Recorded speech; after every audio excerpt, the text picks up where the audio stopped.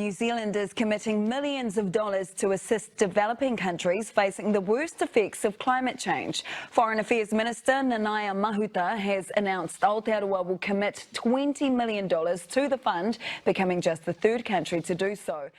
Well, a new study has found New Zealand beef and lamb has one of the lowest carbon footprints in the world.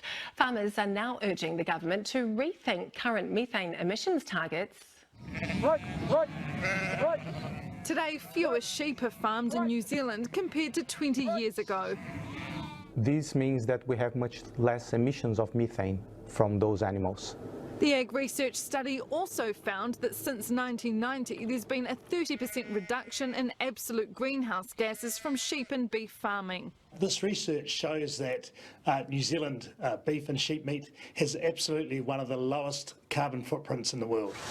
The study found that a kilo of New Zealand sheep meat has a carbon footprint of just under 15 kilograms of CO2 equivalent emissions per kilo. The full life cycle of the beef produced in New Zealand was around 22 kilograms of CO2 per kilograms of meat, compared to 35 kilograms of CO2 per kilograms of meat from the United States, for example. New Zealand's on-farm footprint is about half the average of other countries in the study because the animals here are farmed on pasture year-round. Scientists used a new metric to measure the warming impact of the emissions, as well as the traditional method to measure the impact of methane.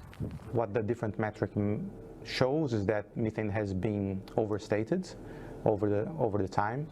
Sequestration from trees planted on farm may also be helping, acting like a carbon sink.